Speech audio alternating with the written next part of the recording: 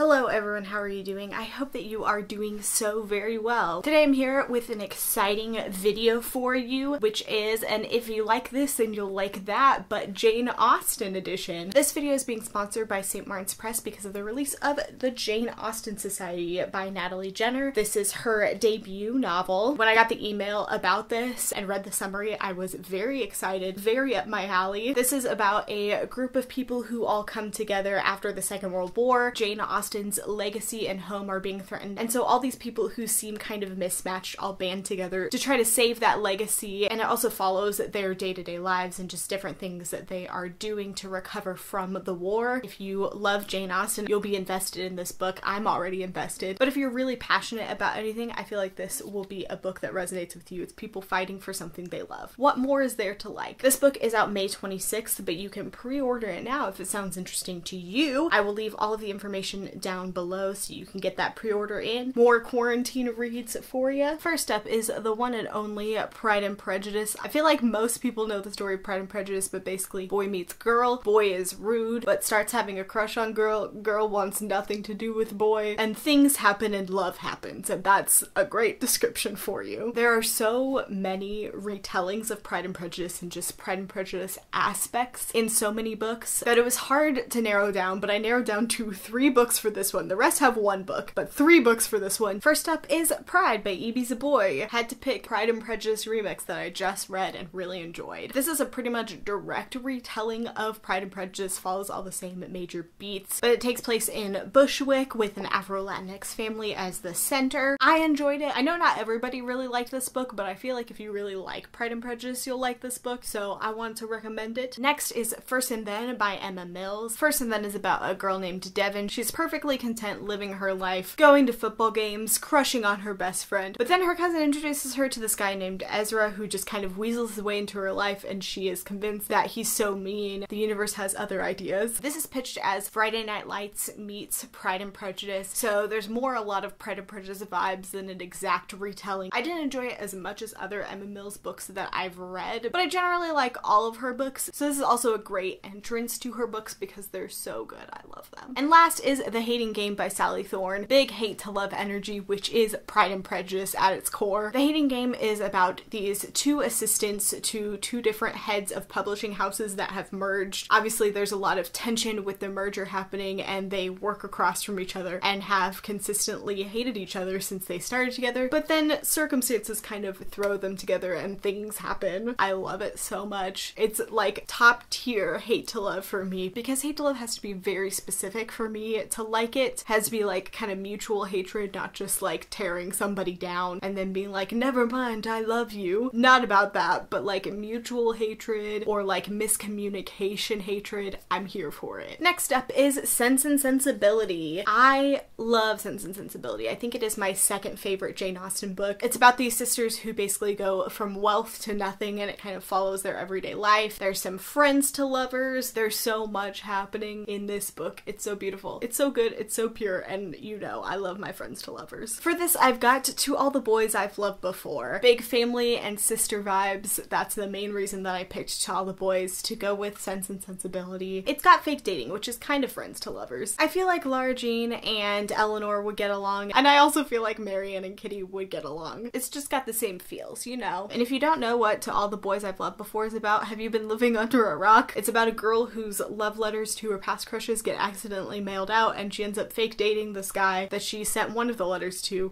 avoid the probing questions of this other guy. The movie's on Netflix, go watch it, it's lovely. Next up is Northanger Abbey, which is my favorite Jane Austen book of all time. It's basically about a girl named Catherine who wants to be in a gothic novel so bad that she looks for trouble everywhere she goes. It's a satire of gothic novels of the age. I also love Jane Eyre, and Jane Eyre is a gothic novel, so it just made me love it even more because I'm kind of familiar with the genre. This one was really hard to pick a book for. There's not really a lot of YA satire. The power is satire in a way, but it's not fun satire, it's just commentary satire. So instead I kind of looked at Catherine and I was like, who does Catherine remind me of? And I ended up with Anne from Anne of Green Gables by Ellen Montgomery. Anne is also a very dramatic soul. She lives for the drama. She loves saying poetic things. She loves living in the moment, and she reminds me a lot of Catherine from Northanger Abbey. Anne of Green Gables Gables is about a girl named Anne who gets adopted into this family who at first doesn't want her, but she grows on them. It's really about her everyday life. It's also a series. There's more books. It's beautiful. Anne is one of my favorite characters in fiction. I just love her to death, and also the red hair. It bonds us, you know? If you haven't read Anne of Green Gables and you've only watched movies or something, definitely read it. You will not regret it. Next is Emma. Emma is essentially about a bored little rich girl. I love her, but really that's essentially it. She doesn't have a lot to do, so she's like, I'm gonna help this girl marry this guy. She's convinced she's a great matchmaker, and Emma is just such an interesting character who really learns a lot about herself through the course of this book. The book I picked for this is The Unexpected Everything by Morgan Matson. Had to throw a Morgan Matson book in here, you know. Yes, there are stickers on it. No, I'm not sorry. The Unexpected Everything is about a girl named Andy whose dad is a senator and is unexpectedly home for the summer, and she gets rejected from a program she thought she had in the bag. It changes the direction of her whole summer and really shakes things up. There's some romance, there's friendship issues and drama. There's a lot in this book. It's great. Andy and Emma really remind me of each other. They're very similar in personality, where they're perfectionists, they know what they're doing, and they're ready to show the world that they are good at what they do, even if it doesn't go completely right all the time. Andy also has a really interesting relationship with her father, and they learn how to be together and how to be father and daughter again in this book. And in Emma, she has a really close relationship with her father. Lots of similarities, and also you should just read all of Morgan Matson's books because she's the best. That's it. Goodbye. Thank you for coming to my TED Talk. Next up is Mansfield Park. This is about a girl named Fanny Price who is poor but is living with this family. Some of them mistreat her, one of them doesn't. I don't really love Mansfield Park, and it was a really hard book to place. I was like, what goes with Mansfield Park? But I was kind of looking at the story and like, this is kind of like a Cinderella story. She is mistreated by the people she's living with, and she has to deal with that. And there's also romance in the end. That's kind of what led me to my pick, which is Geek Arella by Ashley Poston. I love this book. It's my favorite Cinderella retelling, maybe of all time, in book form at least. It's about a girl named Elle whose favorite TV series is being adapted into a movie. She enters this contest to win tickets to opening night, but it involves going to a convention and interacting with the guy who's the lead, who she does not like. And it also means going around her stepmother, who is the worst. There's like secret communication trope in this, obviously Cinderella. I don't know if that's a trope, but I'm counting it as one. So good. Please read this book. It's amazing. And last but not least is Persuasion. Persuasion is about a girl who falls for a guy. Then she gets convinced that he's not good enough for her, that it's not going to work out, and she's like, nah, we're not going to get married. And then her life just is not the same after that. It's not anything like she thinks it could be, and then the guy